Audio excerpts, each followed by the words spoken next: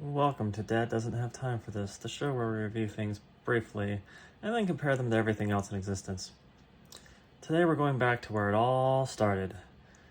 David Lynch's Dune from 1984, and what can I say? I love this movie. When I first saw this movie, I was maybe 12, 14, somewhere around there. I went to the local video store, picked it up, and went, hey, it's got Captain Jean-Luc Picard, and it's a sci-fi movie I've never heard of. This should be awesome. And I watched it, and I was confused out of my mind. But the soundtrack by Toto was excellent. The visuals were very memorable. The art direction is excellent.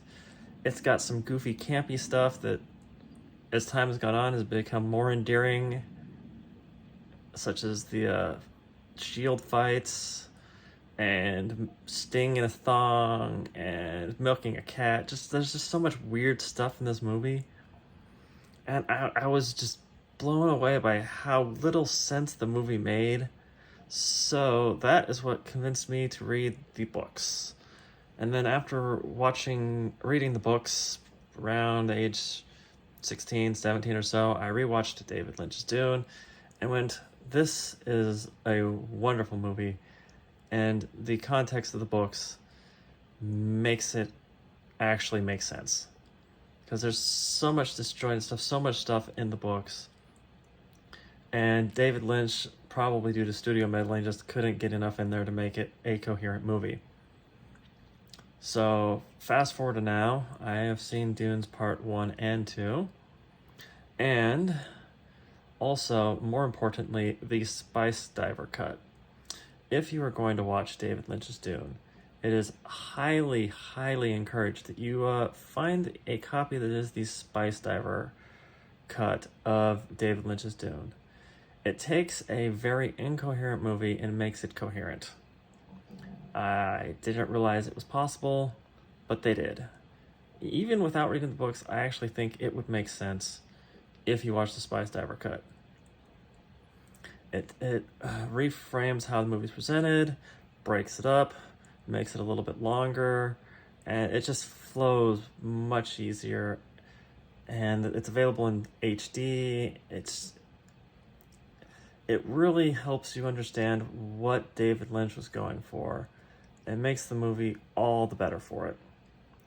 And as I look back at the various movies that had a strong impression on me, this is one of those movies.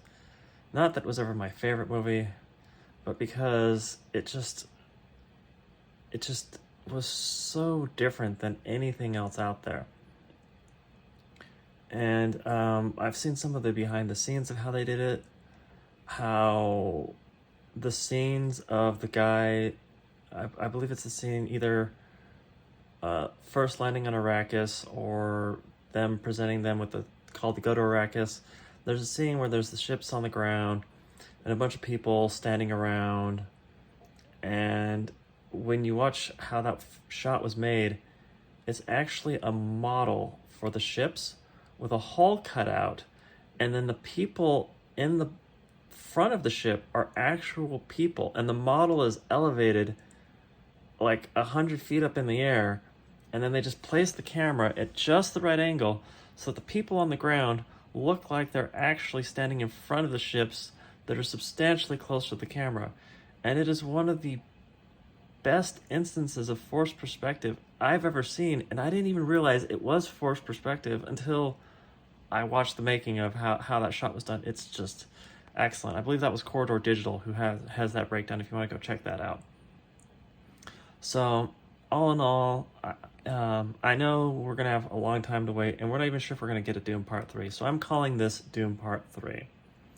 If you need more Dune in your life, this is definitely worth your time. I highly encourage it.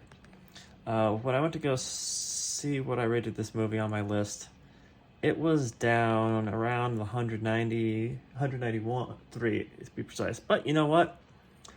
Having rewatched the Spice Diver cut, recontextualized it with Dune, I'm actually moving this substantially up the list thanks to the Spice Diver cut and my greater appreciation for Dune. So now I'm putting it at the 152nd best movie of all time.